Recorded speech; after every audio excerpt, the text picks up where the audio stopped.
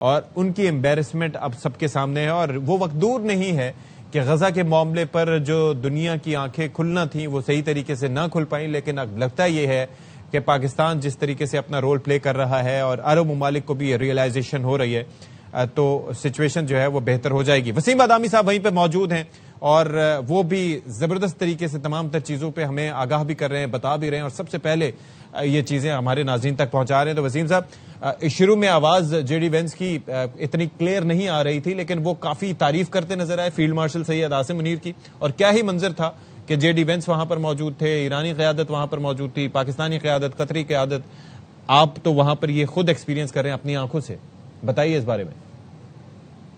جی اشفاق، کسی بھی لمحہ ہم آپ کو اگلا منظر بھی براہ راست دکھائیں گے، ایرانی وفد ہم آپ کو دکھائیں گے۔ ہم آپ کی خدمت میں عرض کر رہے تھے کہ ایسا لگ رہا ہے کہ ایران اور امریکہ آمنے سامنے بیٹھیں گے۔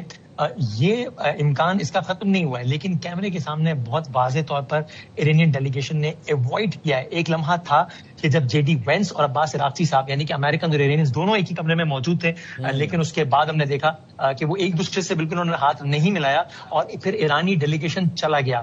اس کے بعد محسن نقوی صاحب بھی ہمیں اس روم میں نظر نہیں آئے۔ یہ تو خبر ہے، تجزیہ اس پر یہ کہ عین ممکن ہے جو حالیہ دنوں میں بھی کوئی پیش رفت ہوئی کہ محسن نقوی صاحب اس دوران گئے ہوں ایرانی وفد کے پاس۔ ابھی اس وقت جہاں میں کھڑا ہوں اشفاق، یہ بالکل اس کمرے کے باہر جہاں سے آپ نے ابھی براہ راست مناظر دیکھی، گفتگو دیکھی، یہ اس سے بالکل آپ کہہ لیجئے کہ یعنی وہ کمرہ اس جانب ہے، تو یہ دروازہ یہاں ہے۔ اب یہاں پر ایرانی وفد آپ کو کسی بھی وقت نظر آئے گا جو کہ اس کمرے میں جائے گا، یعنی کہ بالکل ایسا ہی ہوگا، ایرانی اور امریکی وقت آمنے سامنے آئیں گے، آپ کو کسی بھی لمحے بھی عباس عراقچی صاحب اور غالب آپ سب نظر آئیں گے اور وہ اسی کمرے میں جائیں گے، مذاکرات کا باقاعدہ آغاز ہوگا۔ لیکن ایران کے وفد نے میڈیا کے سامنے امریکہ کے وفد سے بات کرنے سے واضح طور پر انہوں نے سے اقدار برتا ہے اور وہ کمرے میں واک ان کرنے کے بعد باہر چلے گئے۔ ایک لمحہ تھا جب ہم نے خود دیکھا کہ عراقچی صاحب آئے، بہت زبردست۔ دیکھیے اس میں ایک بہت سگنیفیکنٹ بات ہے، امریکہ اور ایران دونوں کے سربراہان پاکستان کے سربراہان سے بہت گرم جوشی سے ملے۔ دونوں نے اگین یہ کنفرم کرتا ہے جو بات ہم کہہ رہے ہیں کہ دونوں ممالک کا ایک دوسرے پر اعتماد صفر۔ کمال کی بات یہ ہے کہ دونوں ممالک کا ایک ملک پر اعتماد 100%، اس ملک کا نام پاکستان ہے۔ اس تصویر نے بھی یہی واضح کیا کہ آج بھی دونوں ممالک نے ایک دوسرے کی طرف دیکھنے، میڈیا کے سامنے ہاتھ ملانے سے بھی گریز کیا، لیکن پاکستان کی قیادت سے انتہائی گرم جوشی سے دونوں نے ہاتھ ملایا۔ تو اب کسی بھی لمحے اشفاق آپ کو ہم یہ منظر دکھائیں گے کہ یہاں سے اس وقت آپ کو ایران کے اعلیٰ ترین جو وقت ہے یعنی کہ عباس عراقچی صاحب اور آپ کو کسی بھی لمحے اس جگہ سے ہم ان کے منتظر ہیں، اور تمام تر میڈیا اگر آپ کو نظر آتا ہو میں آپ کو یہ دکھاؤں گا۔ آپ دیکھیے تمام تر میڈیا اس وقت یہاں پر منتظر ہے کہ کب وہ منظر ہو کہ جب یہاں سے ایران کا ڈیلیگیشن ہمیں یہاں پر نظر آئے گا کسی بھی لمحے اشفاق۔ اچھا، ایک اور چیز بھی ہے، ظاہر ہے کہ آپ یوں ہی آئے تو آپ مجھے انٹرپٹ کر سکتے ہیں، لیکن وسیم اس کی وجہ بھی ہے جی اور آپ بہتر تجزیہ اس پہ دے سکتے ہیں کہ ایک ایسا ملک جس پہ ان پروووک جنگ مسلط کی گئی ہو، ایک ایسا ملک جس سے متعلق آپ کی قیادت نے کہا کہ ہم نے پچھلے سال جون میں اوبلیٹریٹ کر دی تھی نیوکلیئر فیسلٹیز، اور آپ نے اسرائیل کے کہنے پر ان پر جنگ مسلط کی، ان کو $290 ارب کا نقصان پہنچایا، ان کی مرکزی قیادت جن کو نہایت عقیدت کی نگاہ سے وہاں پر دیکھا جاتا تھا، نہایت محبت کرتے تھے وہاں کے لوگ ان سے، خامنائی صاحب، ان کو شہید کیا گیا، علی لاریجانی کو شہید کیا گیا، پھر اس اسکول پر جس طرح سے ٹاماہاک کروز میزائل داغ کے ان بچوں کو شہید کیا گیا، تو یہ بھولنا ایران کے لیے آسان نہیں ہے۔ اشفاق جی بالکل ایسا ہی ہے، اور دیکھیے اس سب میں جسٹ ٹو ایڈ لٹل کہ آپ یہ فیکٹر بھی بالکل بھی نہ بھولیے اور ساتھ ساتھ مناظر دیکھتے رہیے کہ کسی بھی وقت اب آپ کو اشفاق پہلے آپ دیکھ لیجئے، آپ کو ایرانین ڈیلیگیشن کے مناظر ہم سارا سب سے پہلے ایئر وائی نیوز پر دکھاتے ہیں، اور پھر ہم اس پر ظاہر پہلے خبر رپورٹ کر کے اس کے بعد ہم اس پر تجزیہ آپ کی خدمت میں عرض کرتے ہیں۔ یہ کمرے کی جانب جا رہے ہیں غالب آپ صاحب، عباس عراقچی صاحب اب وہاں پر جا رہے ہیں اس کمرے کی جانب۔ محسن نقوی صاحب کو آپ نے دیکھا وہی ساتھ آئے ہیں ایران کے وفد کو لے کر، اپنی روایتی مسکراہٹ کے ساتھ محسن نقوی صاحب آئے ہیں، اور وہ اس کمرے وہ ایک بار پھر پاکستان نے لیڈ کیا ہے، اور اب محسن نقوی صاحب آپ نے دیکھا اپنی روایتی مسکراہٹ کے ساتھ ایران کے ڈیلیگیشن کو لے کر اس کمرے میں گئے ہیں جہاں پر امریکہ کا ڈیلیگیشن، جہاں پر پاکستان کی سول اور عسکری قیادت موجود ہے۔ سو جو میں آپ سے خیال کے طور پہ ایک بات عرض کر رہا، وہ صحیح ثابت ہوا۔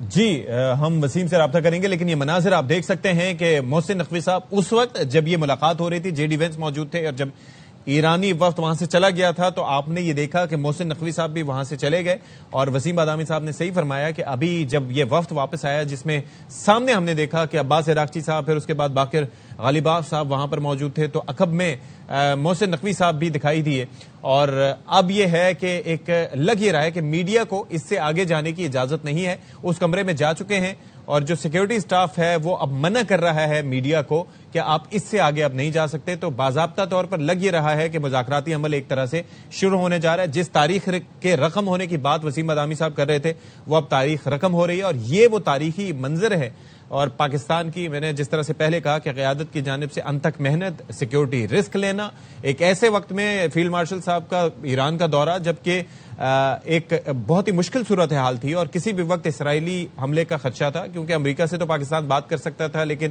اسرائیل کا ہر معاملے کو، ہر چیز کو سبوتاج کرنا ان کی عادت ہے۔ وسیم ہمارے ساتھ موجود ہیں۔ وسیم، بظاہر یہ لگ رہا ہے کہ ایک حد سے آگے میڈیا کو اب نہیں جانے دیا جا رہا، اور وفد جو ہے محسن نقوی صاحب جس کو لے کے آئے ہیں وہ آگے رخصت ہو چکا ہے، اور اس کمرے میں جہاں پر امریکی وفد موجود ہے، لیکن اب میڈیا کو روکا گیا ہے غالباً۔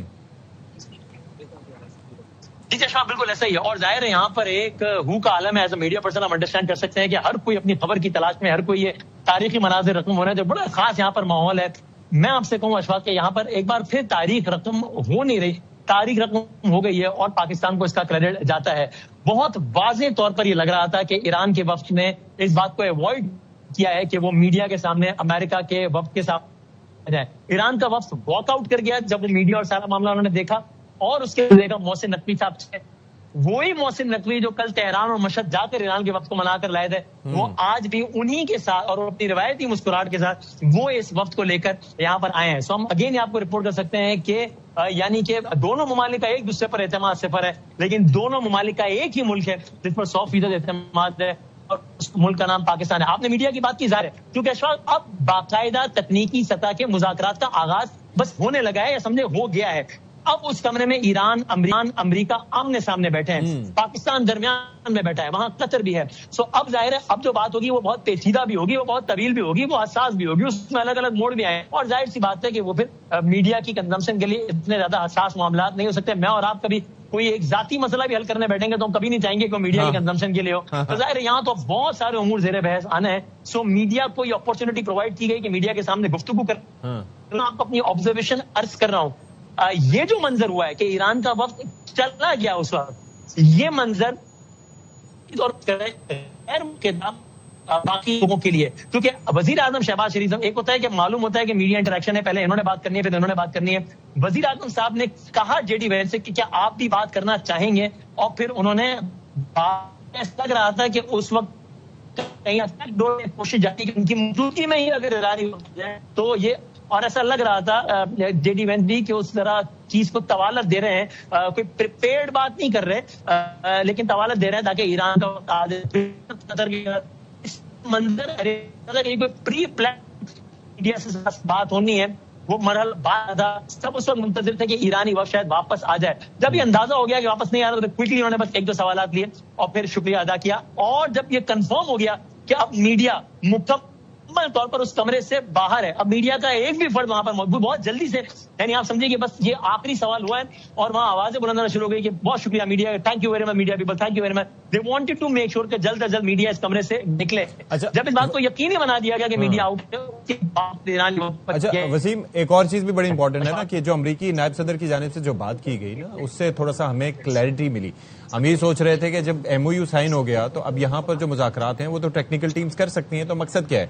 تو ان کا یہ کہنا تھا، جو گفتگو ہماری سمجھ میں آ سکی، کہ ہمارا مقصد یہاں پر موجودگی کا ہے قیادت کا، کہ اس کو ایک تو اسٹرکچر دینا، اور دوسرا یہ ہے کہ اگر کوئی بیریئرز ہیں تو ہم یہاں پر موجود ہیں تو ہم اس کو دور کر سکتے ہیں۔ تو یہ بڑا امپورٹنٹ سٹیٹمنٹ تھا جے ڈی وینس کا۔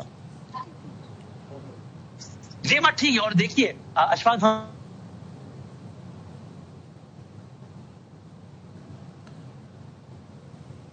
وسیم کو ہم کنیکٹ کرنے کی کوشش کرتے ہیں۔ ہاں جی، ہم سن پا رہے ہیں، جی ہم سن پا رہے ہیں، پلیز۔ ہم آپ کی خدمت میں عرض کر رہے تھے کہ دنیا اپنی تاریخ کے نایاب ترین مناظر دیکھنے جا رہی ہے، اور خدمت میں عرض کر رہے تھے، آپ نے دیکھا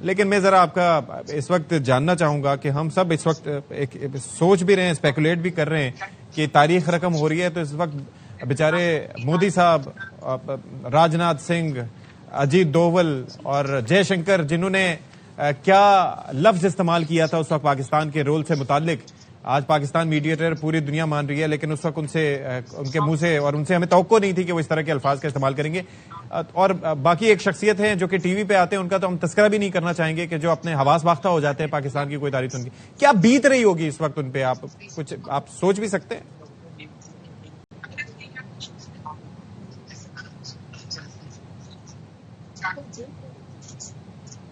مجھے یہ یقین ہے کہ جب وہ یہ مناظر بہت غور سے اور بہت کرب سے دیکھ رہے ہوں گے. جب جے ڈی وینس نے بات چیت کا آغاز کیا اور جب جے ڈی وینس نے کہا کہ 2 افراد جو ہے ایک انڈیا سے اور ایک پاکستان سے میرے دل کے بہت قریب ہیں، تو مجھے یقین ہے کہ وہاں کئی لوگوں نے کہا ہوگا کہ یہ ہوئی نا بات، اب پڑے گا تماچا.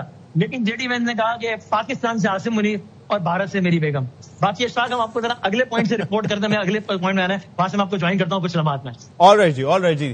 وسیم بادامی صاحب ہمارے ساتھ موجود تھے، اور آپ نے دیکھا کہ جو ہی وفود آئے انہوں نے ہمیں بتایا، اور پھر ایرانین وفد چلا گیا، پھر محسن نقوی صاحب نے اپنا رول پلے کیا، اور پھر اب یہ ہے کہ مذاکراتی عمل شروع ہو چکا ہے، میڈیا کو وہاں پر جانے کی اجازت نہیں دی گئی، اور اس وقت جو مناظر ہیں وہ پوری دنیا دیکھ رہی ہے. پاکستان کا رول سب کے سامنے ہے، اور کمال بات ہے جی، بہت ہی زبردست یہ مناظر ہیں، خوبصورت مناظر ہیں، اور ہماری زندگیوں میں چند ہی ایسے مناظر ہم نے دیکھے ہیں کہ جس پہ ہمیں فخر محسوس ہوا. ایک میں اگر اس بارے میں بات کروں تو پہلا وہ تھا جب پاکستان نے ایٹمی دھماکے کیے، اور اس وقت، اور ظاہر ہے کہ اس کے پیچھے جو محنت تھی، اس کے پیچھے جو چیلنجز تھے، جس طریقے سے پاکستان کے پروگرام کو خفیہ رکھا گیا، تمام تر مشکلات پریشانیوں کے باوجود اور خطرات کے باوجود اور ایک ترغیبات کے باوجود پاکستان نے ایٹمی دھماکے کیے.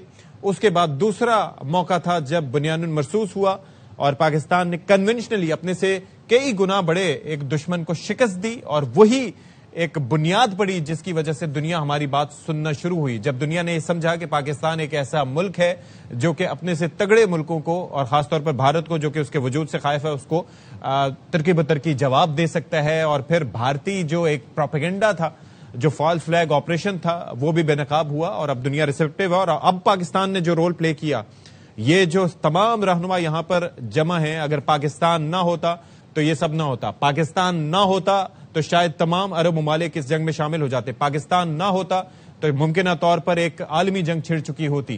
معاشی طور پر کافی نقصانات ہوئے اور پوری دنیا کو ہوئے، اور جس طریقے سے ہمارے پینلسٹ بتا رہے تھے کہ اگر معاشی نقصان نہ ہوتے تو شاید امریکیوں کو بھی ریئلائز نہ ہوتا، یہ دنیا کو ریئلائز نہ ہوتا کہ ایران کے ساتھ کیا ہو رہا ہے. لیکن جب ایران نے جواب دینا شروع کیا اور اسٹریٹ آف ہارمز کو بند کیا، اس کو ویپنائز کیا، پھر دنیا کو پتا چلا کہ جی مسئلے کیا ہوتے ہیں، پرابلمز کیا ہوتی ہیں، اور مہنگائی کیا ہوتی ہے. اور اس کے بعد پھر پاکستان نے جو رول پلے کیا دنیا کے سامنے ہے. مالک صاحب، جو منظر آپ نے دیکھے، جو گفتگو آپ نے سنی، کیا تجزیہ ہے آپ کا اس پہ؟ اور خاص طور پر جے ڈی وینس نے جو کہا، انہوں نے کلیئرٹی دی کہ یہاں پر ہم موجود ہیں اس ساری کنورسیشن کو، اس ایونٹ کو ایک سٹرکچر دینے کے لیے، اور ساتھ ہی ساتھ کہ اگر کوئی بیریئرز ہوں تو ہم اس کو اپنی موجودگی سے دور کر سکیں. دیکھیں، وہ تو ٹھیک ہے، وہ میرے نزدیک وہ بڑی بات تھی. میرے نزدیک وینس نے 2 بڑی باتیں کی سوالوں کے جواب میں. ایک، اس نے کہا کہ ہم فل ریجنل پیس کی بات کر رہے ہیں، دیٹ مینس کہ لیبنان جو ہے وہ ٹاپ پرائرٹی ہے. اور پھر اس نے مانا کہ اس نے کہا we have some additional wood to chop in Lebanon, یعنی کہ ہمیں اور بھی کچھ کرنا ہے. کیونکہ دیکھیے، لبنان میں خالی ایران جو ہے اس نے خالی سیز فائر نہیں مانگا، اس نے ٹروپس کا پل آؤٹ بھی مانگا ہے کہ جو علاقے قبضے میں کیے ہوئے ہیں وہ آپ چھوڑیں. اس پہ اسرائیل نے بڑا سخت سٹانس لیا ہوا ہے. ان کو پتا ہے کہ اس وقت جو اصل نگل ان دا فٹ ہے نا، ان دا شو، وہ لبنان والا معاملہ ہے. وہ ان مذاکرات کو روک بھی سکتا ہے، تباہ بھی کر سکتا ہے، اور یہ ان کو ڈیل کرنا پڑے گا. اس لیے یہی سینٹرل ایشو ہے. لیکن میں کوئکلی ایک اور بات کرنا چاہتا ہوں. میں نے آپ سے پہلے بات شروع کی تھی کہ اس میں ڈپلومیٹک ڈائسٹیز میں یہ بڑا ضروری ہوتا ہے کہ کس طرح آئیں گے، کون آئیں گے. میں 7-8 بڑے ایگریمنٹس کی ہسٹری دیکھ رہا تھا، کون پہلے آیا کون بعد میں آیا. تو اس میں 2 پریسیڈنٹس ہمیشہ فالو ہوتے ہیں.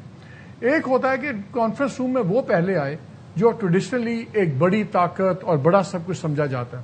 تو کچھ مذاکرات میں یہاں پہ دونوں کو میسیجنگ، دونوں کو کچھ مل گیا، ایران کو بھی اور امریکہ کو بھی.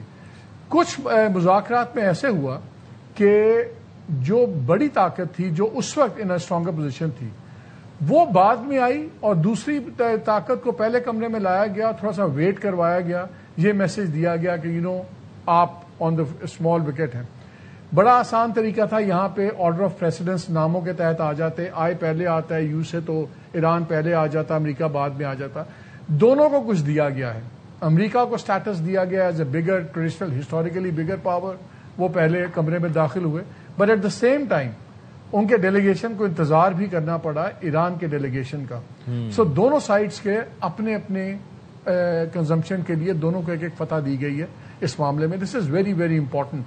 اور جو میڈیا کو باہر نکالا اس سے ایران کی آپ کو ایک اور بھی چیز سمجھ آتی ہے سینسٹیوٹی کی, کہ وہ اس سے امریکہ سے زیادہ شاکی ہیں. ابھی تک یہ چیزیں آگے نہیں کیسے جائیں گی, اور وہ کوئی ایسا امیج نہیں دینا چاہتے اپنے ملک میں.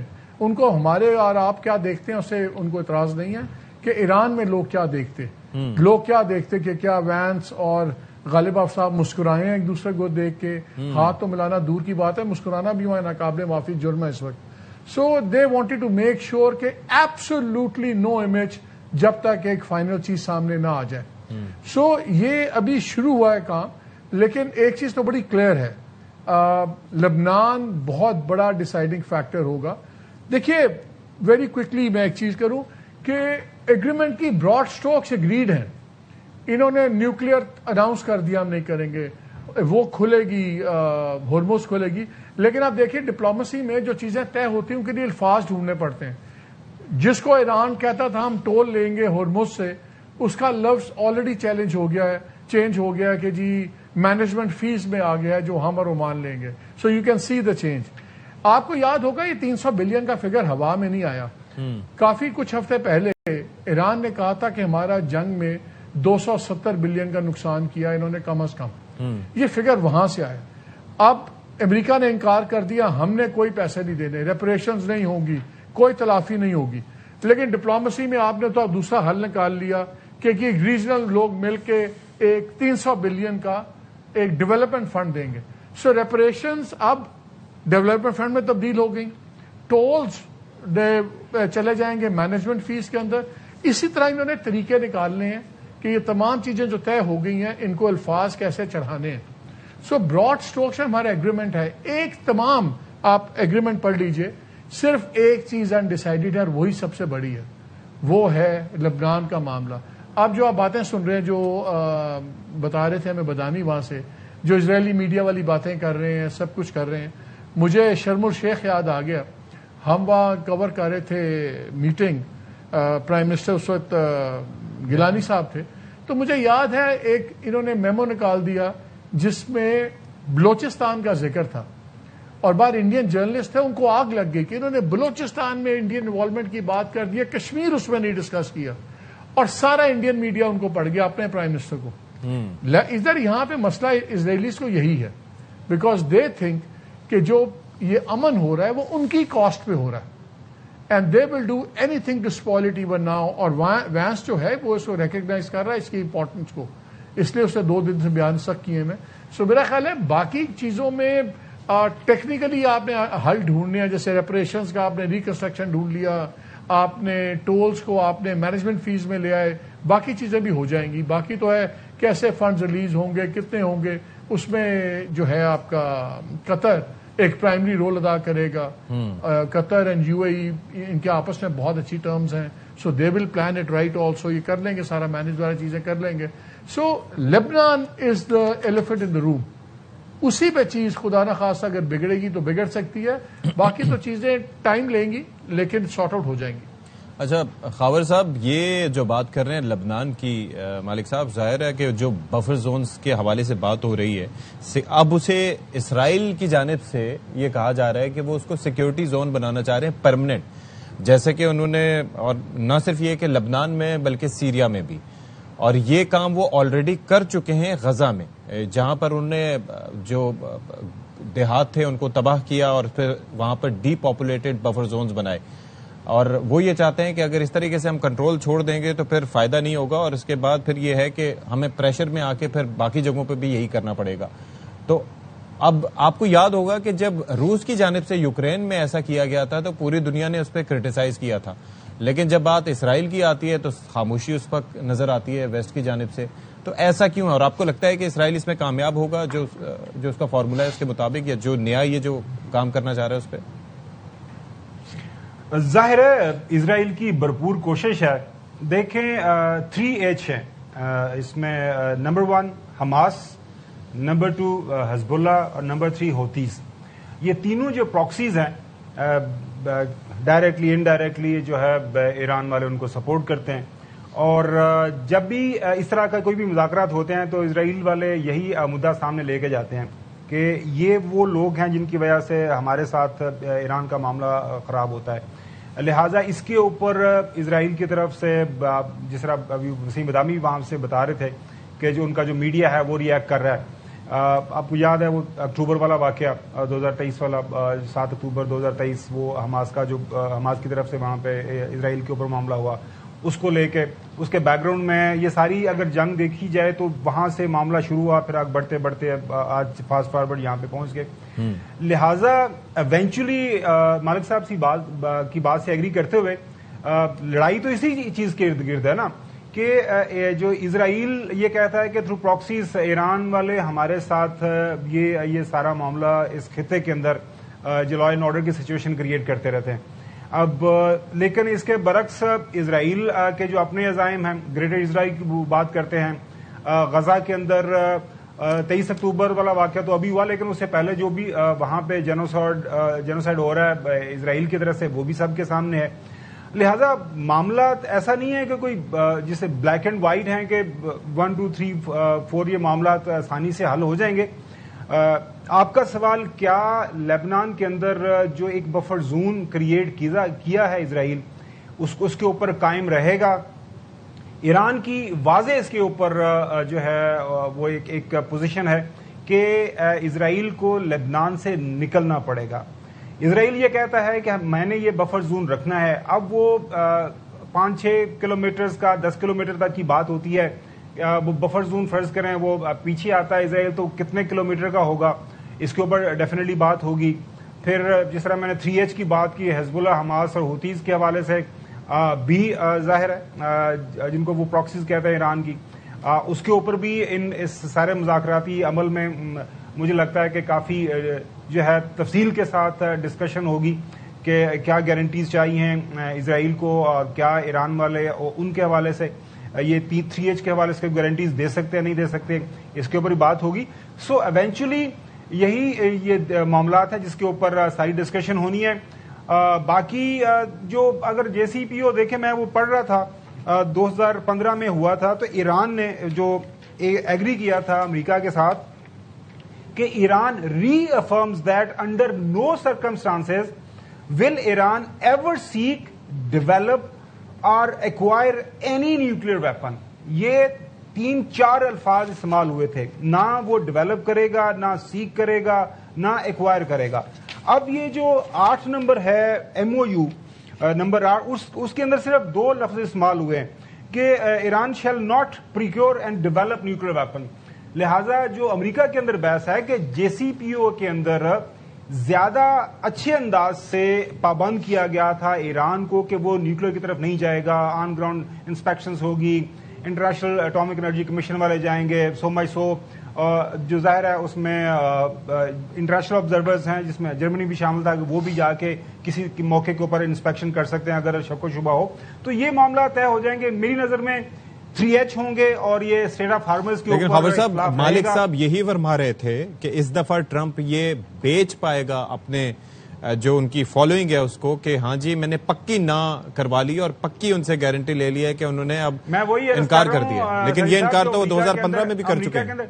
میں وہی کہ ڈیموکریٹس تو وہ کہہ رہے ہیں کہ ہم نے زیادہ کمپریہنسولی ایران سے وہ انکار لیا تھا. تو اب یہ انکار کتنا مختلف ہوگا ایران کا جو انکار ہم نے لیا تھا, جو ڈیموکریٹس ظاہر اس کے اوپر بات کر رہے ہیں. لہٰذا میرے نزدیک 2 ایشوز ہیں جس کے اوپر معاملہ اگر بگڑنا ہے. ایک تو یہ جو محمد مالک صاحب نے بات کی 3H والا, ظاہر لبنان اس کے اندر وہاں پہ حزب اللہ ہے, اور اسٹیٹ آف ہارموز یہ لکھ رکھیے گا, یہ اس کے اوپر معاملات خراب ہوتے رہیں گے. جب بھی اسرائیل وائلیشن کرے گا, جو کہ کرے گا جب بھی اس کو موقع ملے گا, تو اس کے جواب میں ایران جو ہے وہ اعلان کرے گا اب کوئی نہیں یہاں سے گزرے, وہ اپنا یہ اس ویپن کو استعمال کرے گا. اس کے اوپر مجھے لگتا ہے کہ ایونچولی اس کے اوپر بات چیت صرف اس میں ماریہ بھی ہمارے ساتھ موجود ہیں, ان سے بھی ہم بات کریں گے. میل ہمیں بتایا گیا کہ وسیم بادامی صاحب ہمیں پھر سے جوائن کر چکے ہیں. جی بادامی صاحب, کیا کچھ فردر اپڈیٹس ہیں آپ کے پاس, کیا ہو رہا ہے اس وقت؟ مجھے لگتا ہے آپ کھلے آسمان تلے آ چکے ہیں اب, کیونکہ اندر مذاکرات چل رہے ہیں.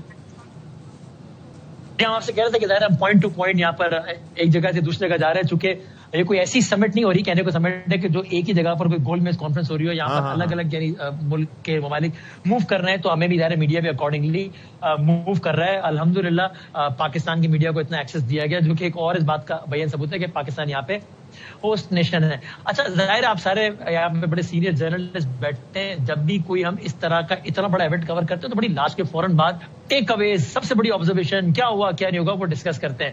ابھی میں آپ کو بتا دوں کہ یہاں سب سے زیادہ انڈر ڈسکشن ہے وہ ایرانی وفد کا باہر جانا. اگین اس کا مطلب قطعی یہ نہیں ہے کہ مذاکرات ڈیریل ہو گئے, کہ مطلب مذاکرات کا تو آغاز ہوا ہے. ہم نے آپ کو مناظر دکھائے کہ ایران کا وفد باقاعدہ گیا ہے وہاں پر, اور بعد میں محسن نقوی صاحب بھی ان کو لے کر آئے, یہ شہرہ بھی پاکستان کے سر جائے گا. لیکن کلیئرلی یعنی کمیونسٹ یعنی یہ واضح تجزیہ کرنا زیادہ مشکل نہیں رہا کہ ایران اور امریکہ میں سے کون نہیں چاہتا تھا ایک دوسرے کے ساتھ فلم بند ہونا. کمرے سے امریکنز نے واک آؤٹ نہیں کیا, وہ باہر نہیں گئے, اگر واک آؤٹ کا لفظ سخت ہو جائے تو ایرانینز باہر گئے, اور پھر جب میڈیا کے تمام افراد چلے گئے, جو کہ ہم ترتیب کے ساتھ سارے مناظر دیکھ رہے تھے, اس کے بعد پھر ایرانی وفد اندر آیا واضح طور پر. اور ہم یہ بہت دنوں سے رپورٹ بھی کر رہے ہیں کہ وہاں پر دیکھیے خاص سینٹیمنٹ ہے, ان انڈیویجولس کا بھی خاص سینٹیمنٹ ہے. مثال کے میں نے آپ کو بتایا کہ یہیں پر ہماری اسماعیل بقائی صاحب سے بات ہوئی, تو انہوں نے بہت ایک مخصوص لہجے میں جملہ کہا کہ when you are dealing with such people, American سے اشارہ کر کے کہا, you have to be very careful. اور پھر انہوں نے کہا کہ Israel is trying its level best to sabotage ایوری تھنگ. تو یہ انہوں نے بتایا ہے کہ یعنی وہاں پر جو رہبر معظم ہے ان کے یعنی کہ سید مشتبہ خامنہئی صاحب, انہوں نے ان کا پبلک اسٹیٹمنٹ ہے کہ میری رائے اس معاملے میں مختلف تھی, لیکن میں اس پروسیس کو انڈورس کرتا ہوں. تہران کی سڑکوں پر مظاہروں میں نعرے لگے ہیں کہ اب مسعود پشیزگان آپ لبنان کے عوام کی مدد کیجیے. تو ایران نے واضح طور پر اپنی ڈومیسٹک آڈینس کو بھی اور دنیا کو یہ پیغام دیا ہے کہ ٹھیک ہے ہم ان سے بات کر رہے ہیں, نہ صرف کہ ہم کسی کمزوری کی سطح سے بات نہیں کر رہے, بلکہ ٹھیک ہے ہم میڈیا کے سامنے تو ان کے سامنے یعنی ان کے ساتھ اپنے آپ کو فلم بند کروانا بھی پسند نہیں کرتے. تو اس وقت سب سے زیادہ جو موضوع بحث ہے یہاں دنیا بھر کا کوئی بھی صحافی ہو تو وہ یہی ہے کہ کیا کس طریقے سے ایرانیز نے ایک طریقے سے سرپرائز کیا سب کو, اور وہ آئے پاکستانی سے اچھے سے ملے, لیکن اس کے بعد باہر چلے گئے اور پھر محسن نقوی صاحب ان کو منا کر واپس آئے. لیکن ظاہر ہے جو ہم کہہ رہے تھے جے ڈی وینس نے کہہ دیا, تاریخ وہ مناظر دیکھ رہی ہے جو کہ اس سے پہلے نہیں دیکھے. سو ابھی ظاہر ہے پاکستان کی سربراہی میں, اور بہت سوچ سمجھ کے جملے استعمال کر رہا ہوں, ہم نے پہلے یہ جملہ استعمال کیا تھا, پاکستان کی سربراہی میں الحمدللہ اور میزبانی میں تکنیکی سطح کے مذاکرات کا آغاز ہو نہیں رہا بلکہ ہو گیا ہے. ان تمام تر لوگوں سے آپ تعزیت کر لیجئے جو کہ شادیانہ بجا رہے تھے کہ سب اتاج ہو گیا. وہ عقل کے اندھے تو ہیں, لیکن ویسے بھی شاید آنکھوں کا مسئلہ ہے, کیونکہ ان کو اس اسلام آباد ایم او یو میں بھی مرکزی دستخط شہباز شریف صاحب کا ہے, وہ بھی نظر نہیں آ رہا تھا. ظاہر ہے وہ ایڈٹ کر کے کچھ بھی کہاں بھی کر سکتے ہیں. اچھا وسیم, ابھی آپ جہاں موجود ہیں, آپ نے کہا کہ جہاں جہاں موو ہوتے جا رہے ہیں تو وہاں پر ہم بھی میڈیا بھی موو ہوتا جا رہا ہے اور پاکستان کو خاصی ایکسس دی گئی ہے. تو اب آپ جس جگہ موجود ہیں وہاں پر کیا اور کس طریقے سے اس کو ارینج کیا گیا ہے کہ ایک کمرے میں یہ ہو رہا ہے, دوسرے کمرے میں یہ ہو رہا ہے, یا ایک ہی جگہ بیٹھ کے مذاکرات ہو رہے ہیں, ہو کیا رہا ہے اس وقت؟ اگر آپ تھوڑا سا ایکسپلین کر سکیں. میں ذرا ایک خاکہ کھینچنے کی کوشش کرتا ہوں اور پھر ہم کوشش کریں گے کہ ذرا اس کو ویڈیو کی صورت میں بھی آپ کے ساتھ پہنچائیں کہ یہاں ایک تو نیچے تو ایک میڈیا سینٹر ہے جس میں بہت بڑی تعداد میں میڈیا نمائندگان موجود ہیں. الحمدللہ Pakistan being the host nation, Pakistan کے جو صحافی ہیں ان کو اس میڈیا سینٹر کے علاوہ الگ سے ایکسیس دیا گیا, یہاں تک کہ اس روم تک ایکسیس دیا گیا کہ جہاں پر پاکستان کے فیلڈ مارشل اور وزیر اعظم صاحب اور محسن نقوی صاحب کی ایرانین سے ملاقات ہوئی. پھر پاکستان کی میڈیا کو اس روم تک ایکسیس دیا گیا جہاں پر جے ڈی وینس, جہاں پر غالب آف صاحب, آصف منیر صاحب, شہباز شریف صاحب, یہ سب تھے. ابھی آپ نے پوچھا کہ ابھی منظرنامہ کیا ہے, ابھی کا اگر میں خاکہ کھینچنے کی کوشش کروں تو ایک طرف تو وہ میڈیا سینٹر ہے جہاں پر بہت بڑی تعداد میں میڈیا ہے, وہ اپنے طور پہ رپورٹ کر رہا ہے. یہاں پر میڈیا کا ایک مخصوص حصہ ہے پاکستانی جرنلسٹ کا, بالکل یعنی اس سے پہلے ہو رہا تھا کہ جتنے بھی میں نے آپ کو بتایا 7 سے 8 کمرے, ہر کمرے میں یعنی مثال کے طور پہ کبھی سوئس حکام کی ایرانیوں سے ملاقات ہو رہی ہے, کبھی ایرانیوں کی قطریوں سے ملاقات ہو رہی ہے, کبھی پاکستانیوں کی امریکن سے ملاقات ہو رہی ہے, کبھی پاکستانیوں کی ایرانیوں سے ملاقات ہو رہی ہے. یہ سب کچھ چل رہا تھا. ابھی جو کچھ لمحات پہلے ہم نے رپورٹ کیا وہ ایک کہہ لیجیے مرکزی ملاقات تھی. ان تمام تر ملاقاتوں کے بعد وہ غیر رسمی ملاقات تھی لیکن عام ترین ملاقات تھی. اس کے بعد وہ ایک مرکزی تقریب ہو گئی. اگین ان لوگوں سے تعزیت کر لیجیے. لوگ کہہ رہے تھے ارے تقریب ہی نہیں ہوئی, ارے حالانکہ دستخط کی تقریب کی علامت ہی حیثیت رہ گئی تھی. لیکن چلے اب ان کو خبر ہو کہ تقریب بھی ہو گئی ہے. تقریب میں کھڑے ہوئے جے ڈی وینس نے کہہ بھی دیا کہ میری پچھلے 3 ماہ میں آصف منیر صاحب سے جتنی بات ہوئی اتنی شاید ہی کسی سے بات ہوئی ہو. اور دل کے جلانے کو یہ بھی کہہ دیا کہ 2 شخصیات سے بہت زیادہ بات ہوئی ہے, 2 شخصیات کی بہت قریب ہوئی, ایک انڈیا اور پاکستان. لیکن جب انڈیا کی باری ہے تو اپنی بیگم کا انہوں نے نام لے ڈالا. مجھے یاد آتا ہے سر مودی کہہ رہے تھے کہ ارے پاکستان نے بھارت پر ہی حملہ کر ڈالا, تو وینس نے انڈیا کا نام لے کے اپنی بیگم کی ہی بات کر ڈالی, نہ کہ انڈیا کی بات نہیں. سو اب چونکہ وہاں مرکزی ملاقات جاری ہے تو اب وہاں آپ نے جو چہرے دیکھے وہ دیکھے. اس کے علاوہ جتنے لوگ ہیں, چونکہ دوسری سائڈ سے بہت بڑی تعداد میں لوگ ہیں, وہ اپنے اپنے کمروں میں آپ کہہ لیجیے کہ ابھی بات کر رہے ہیں, ریسٹ کر رہے ہیں. چونکہ اب وہ یہ والی ملاقات جو بھی جاری وہ جب ختم ہوگی اس کے ساتھ ہی یا اس کے کچھ دیر بعد یہاں پر اب باقاعدہ ٹیکنیکل لیول ٹاکس کا آغاز ہو جائے گا. یعنی کہ ایک کمرے میں اکانومی کے ماہرین بیٹھے ہوں گے, متعلقہ افراد, ایک کمرے میں تیل کے امور کے, ایک کمرے میں خارجہ امور کے, ایک کمرے میں جوہری امور کے, اور یہ بات چیت کا سلسلہ جو کہ ظاہر ہے یہ اب ایونٹ ہو گیا, اب پروسیس کا آغاز ہے. اشفاق اچھا, اور جس طریقے سے یہاں پر ہم نے دیکھا تھا کہ رات گئے تک یہ سلسلہ جاری رہا اور کچھ ایک جوائنٹ سٹیٹمنٹ کے ایک متلاشی تھے کچھ میڈیا کے لوگ, اور کچھ ویسے کہا جا رہا تھا کہ ممکنہ طور پر کچھ ہو سکتا ہے. یہاں پر کوئی ٹائم باؤنڈ ہے یہ سلسلہ, یا یہاں پر بھی جتنی دیر مرضی گفتگو ہوتی رہے, کوئی کسی کو کیا اعتراض ہو سکتا ہے؟ اشفاق یہ سوال میں نے پوچھا جے ڈی وینس سے کہ کیا آپ کو لگتا ہے کہ 60 روز میں یہ پروسیس مکمل ہوگا, اور انہوں نے سوال کو نہیں انٹرٹین کیا, نہیں ایڈریس کیا. یہ تو اگین خبر ہے. اب اس سے تجزیہ ہم یہ نکالتے ہیں کہ شاید وہ یہ نہیں کہنا چاہتے, اس سوال کا جواب ہاں یا نہ میں دینا نہیں چاہتے. کیونکہ اگر وہ کہیں گے کہ ہاں 60 دن میں تو یہ معاملہ طے ہو جائے گا, تو ظاہر 61ویں دن ہم سب خبر بنائیں گے کہ یہ تو معاملہ طے نہیں ہوا, وہ شارٹ چلائیں گے.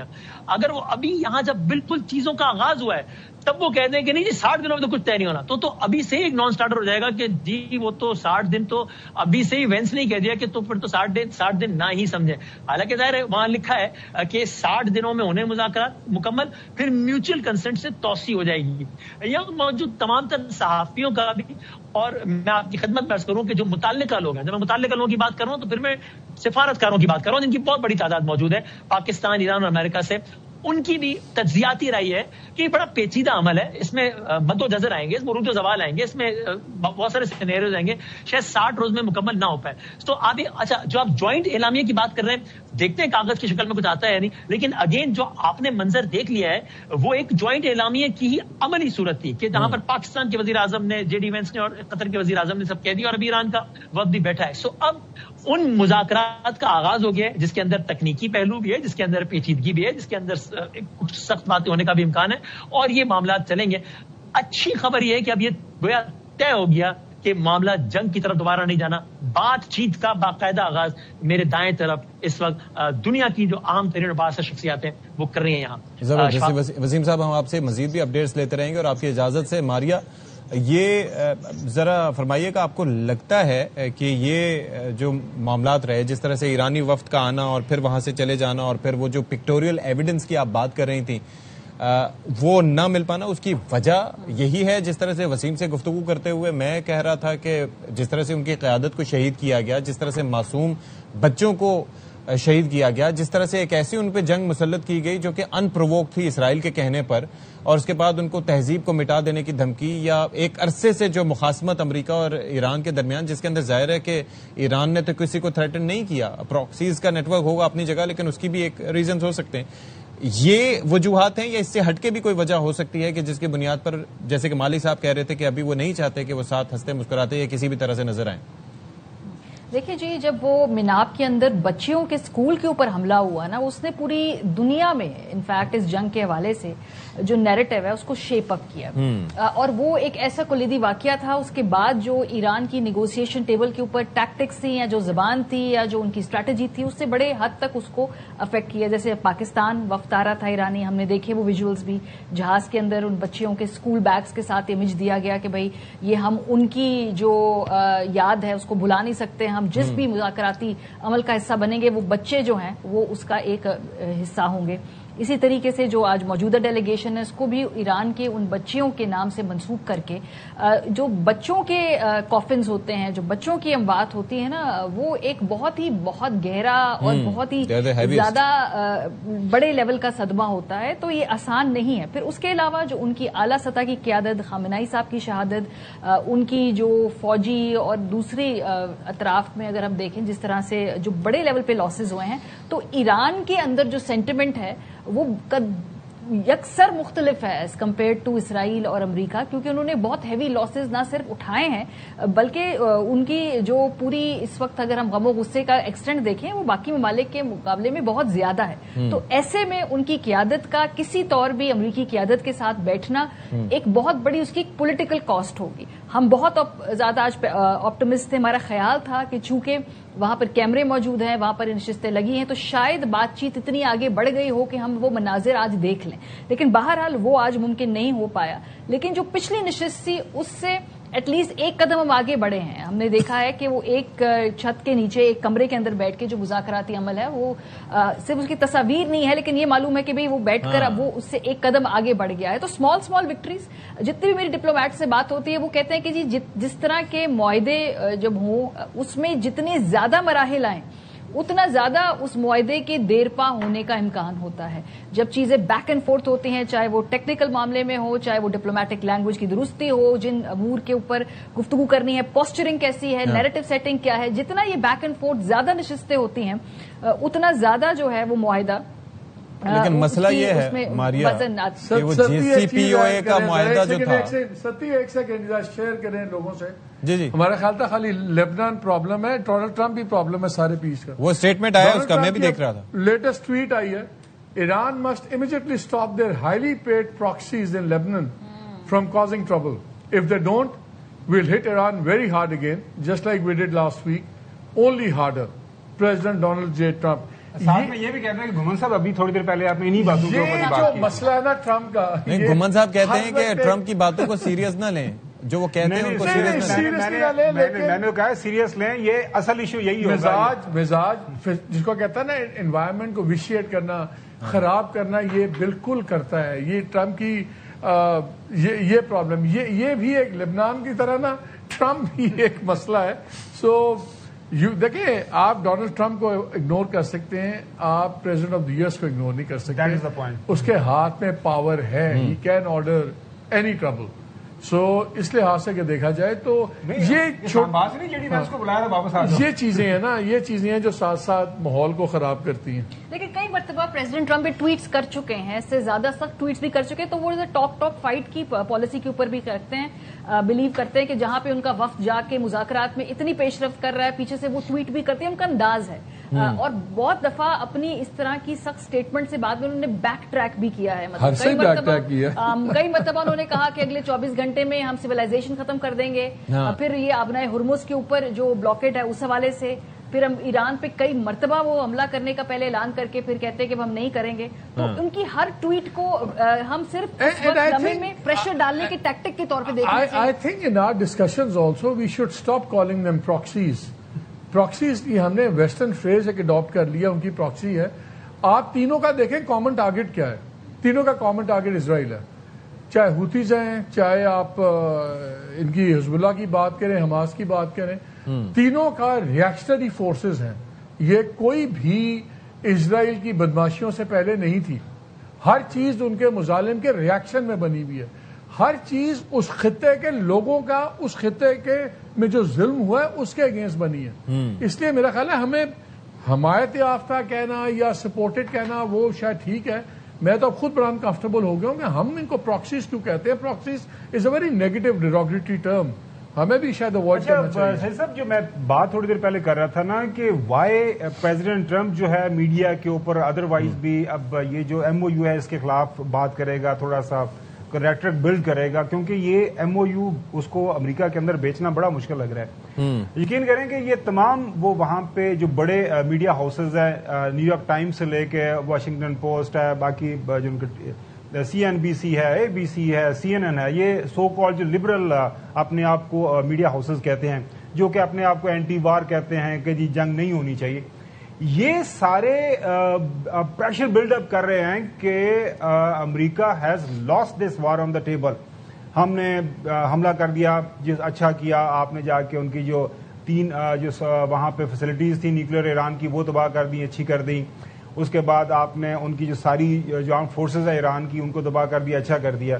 اب جو ہی پیس کی بات ہوئی ہے پریزیڈنٹ ٹرمپ نے اس کے اوپر بات کرنا شروع کی ہے، تو اس کے بعد یہ سارے کا سارا جو میڈیا ہے تو پیٹر رو رہا نا تو وہ اب وہ پڑ گیا پریزیڈنٹ ٹرمپ کو. تو پریزیڈنٹ ٹرمپ یہ جو ابھی بیان دے رہا ہے کہ آئی ول ہٹ ہارڈ اور میں یہ کروں گا وہ کروں، لہٰذا اب یہ اس لیے میری رائے میں یہ مطلب مشکل ہوگا. لیکن یس امریکہ اب واپس جو ایک فل فلیج بار کی طرف نہیں آئے گا.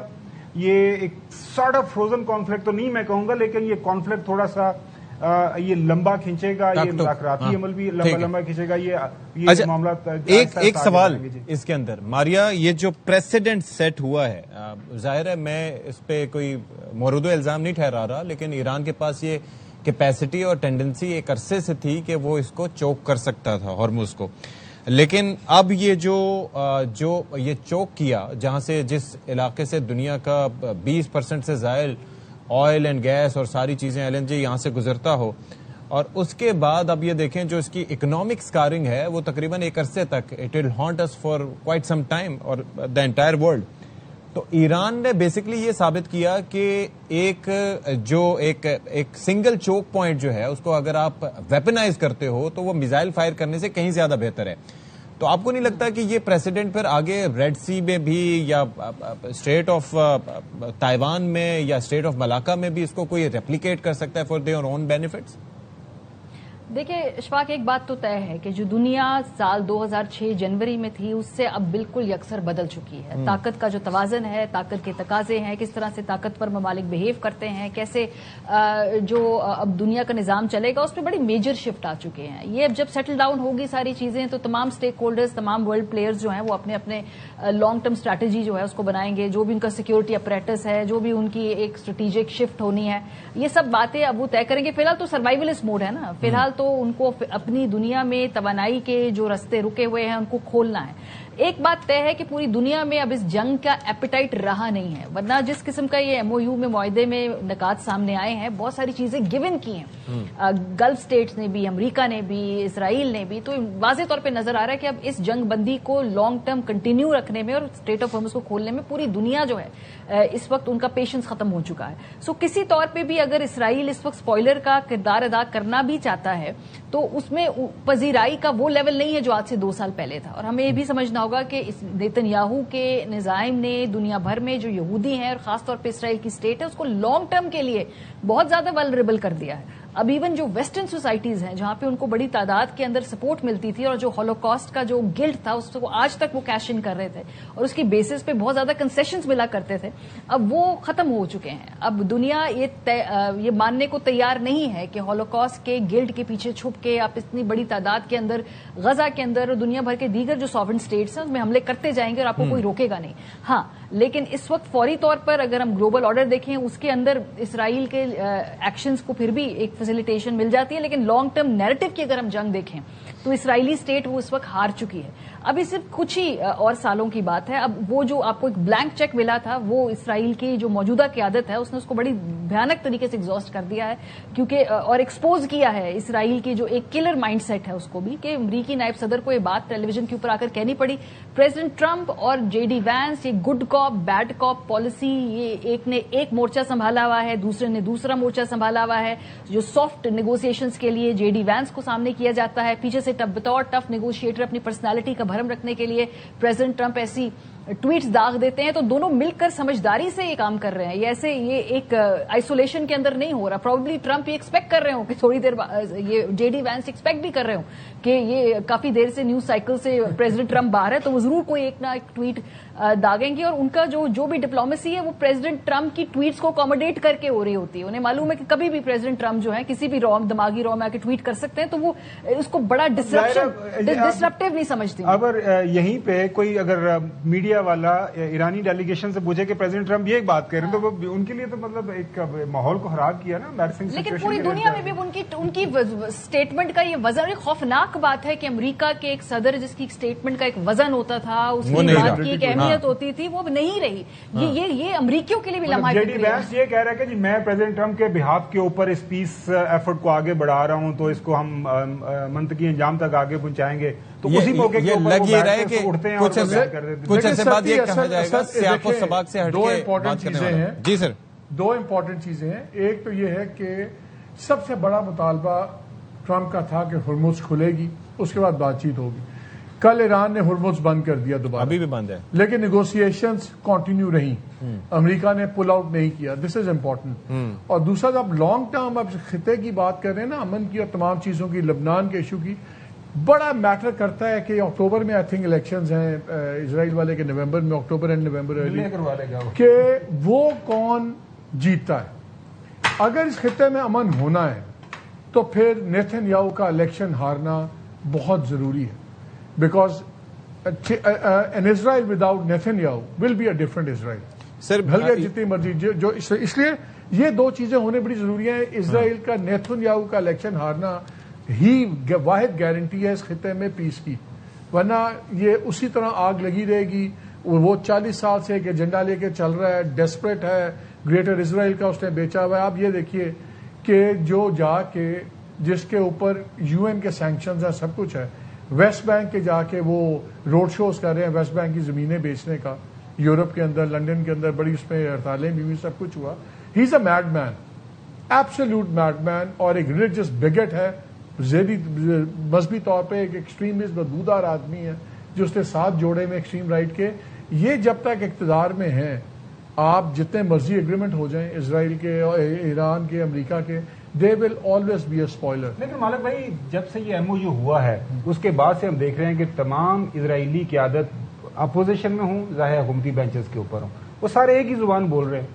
وہ کہہ رہے ہیں کہ اس ایم او یو کو ہمیں اپوز کرنا ہے, اس کو کامیاب ہم ہونے نہیں دیں گے. اس کے ایکسٹریم دیکھیں, اپوزیشن تو ان کی جان کے کھیل رہی ہے نا, وہ تو گندا کر اپوزیشن نے کوئی اس کا وہ آلٹرنیٹو ایکشن نہیں دیا.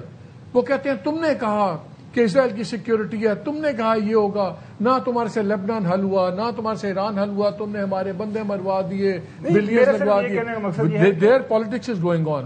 آپ نے دیکھنا یہ پاور میں کون ہے, ایکسٹریم رائٹ, بین گویر, اسموٹرک, یہ وہ لوگ ہیں جو بچوں کے قتل پہ ٹویٹ نکالتے ہیں and they say we sleep comfortably at night.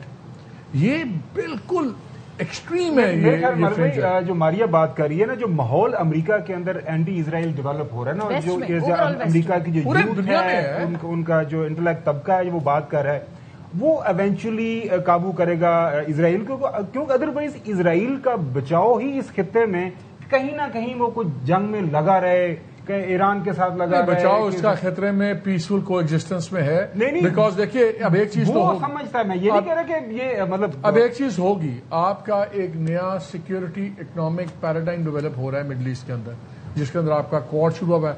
ہم اس دن بھی بات کر رہے تھے, یہ کوئنسیڈنس نہیں ہے کہ اچانک لیبنان کا آرمی چیف پاکستان کے دورے پہ آ گیا, نہ آج سے 4 سال پہلے آیا, نہ بعد میں آیا, at the height of thing آیا جب ریجنل آف سیکورٹی پیراڈائمس. یہ پورا خطہ بدل رہا ہے, اور اگر اس میں اسرائیل نے کو ایگزسٹ کرنا ہے اور ان سب نے آپس میں کو ایگزسٹ کرنا ہے تو وہ نیتن یاہو سب سے بڑی پرابلم ہے.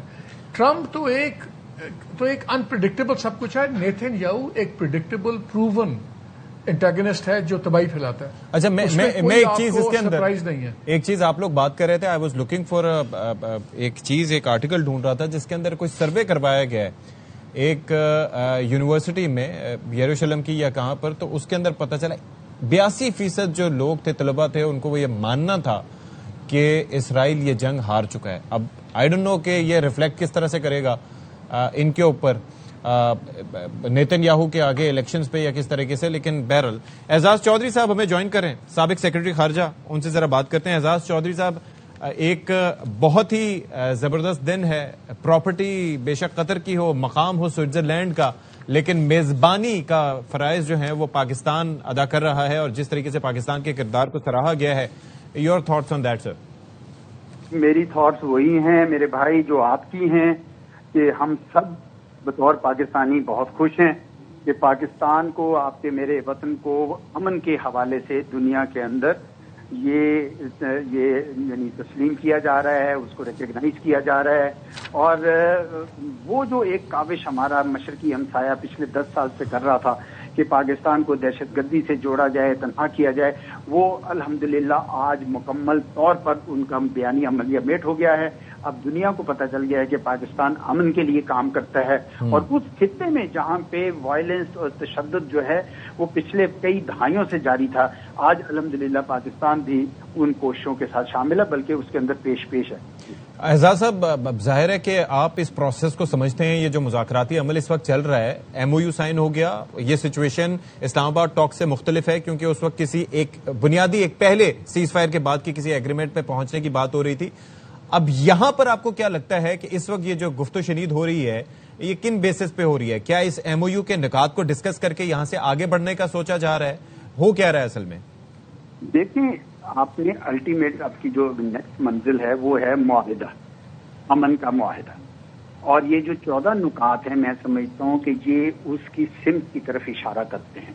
بلکہ میں کہوں گا کہ یہ جو پہلے 14 نکات بنائے گئے ہیں، یہ باقاعدہ اس فائنل جو ایگریمنٹ ہے اس میں ہر قسم کے بیج موجود ہے، پوری ڈائریکشن موجود ہے. یعنی گویا انہوں نے آج کے یہ جو بھی نیگوشیٹ کر رہے ہیں ان کا کام آسان ہو چکا ہوا ہے، لیکن اس میں سب سے پہلا نقطہ ہی ایکچولی سب سے مشکل نقطہ نکل آیا ہے، اور وہ ہے کہ لیبنان میں جو اسرائیل ہے، جو اس ایک ضد پکڑی ہوئی ہے اس نے امن نہیں آنے دینا خطے میں، اور وہ جنگ و جدل کرنا چاہتا ہے، ظلم و ستم کرنا چاہتا ہے. وہ لیبنان پہ وحشیانہ بمباری کے بہانے اس معاہدے کو سیبوٹاج کرنے کی کوشش کر رہا ہے. اب یہ ساری ذمہ داری ظاہر بات ہے کہ امریکہ پہ پڑتی ہے کہ وہ کرے، کیونکہ امریکہ کے دیے ہوئے اسلحے سے وہ یہ ساری بمباری کر رہا ہے. تو چنانچہ امریکہ پہ اس وقت کافی ذمہ داری ہے، اور آپ نے دیکھا کہ ان کے وائس پریزیڈنٹ، ان کے پریزیڈنٹ دونوں اس پہ زور لگا رہے ہیں. لیکن وہ جس چیز کے اوپر وہ زیادہ اٹک رہا ہے یا اسرائیل جو ناز کر رہا ہے وہ یہ ہے کہ وہ ان کی وہاں پہ جوش لابی ہے جو بڑی مضبوط ہے. تو میں سمجھتا ہوں کہ یہ بڑی ہی احمقانہ سوچ ہے نیتنیاہو کی، کیونکہ وہ اپنے آپ کو امریکہ سے بھی آہستہ آہستہ دور کر لیں گے. اور اب وہ باقاعدہ طور پر پوری دنیا میں اسرائیل اس وقت تنہا ہو چکا ہے. واحد ملک جو ان کی مکمل حمایت کرتا تھا، آج وہ ملک بھی سوچنے پہ مجبور ہو گیا ہے کہ یہ کس قسم کا ملک ہے جو لوگوں کو اس طریقے سے خون بہاتا ہے کہ اس کو کوئی تھوڑا سا بھی ملال نہیں ہوتا. تو میں سمجھتا ہوں کہ یہ سب سے اہم نقطہ ہے. اگر اس نقطے کو قابو پا لیا تو باقی 13 نکات جو ہیں وہ اتنے آپ دیکھیں گے کہ زیادہ نسبتاً آسانی سے ہو جائیں گے، کیونکہ اس کے اندر سمت متعین کر دی گئی ہے. اچھا ٹھیک ہے جی، تھینک یو سو مچ اعزاز چودھری صاحب فار یور ٹائم.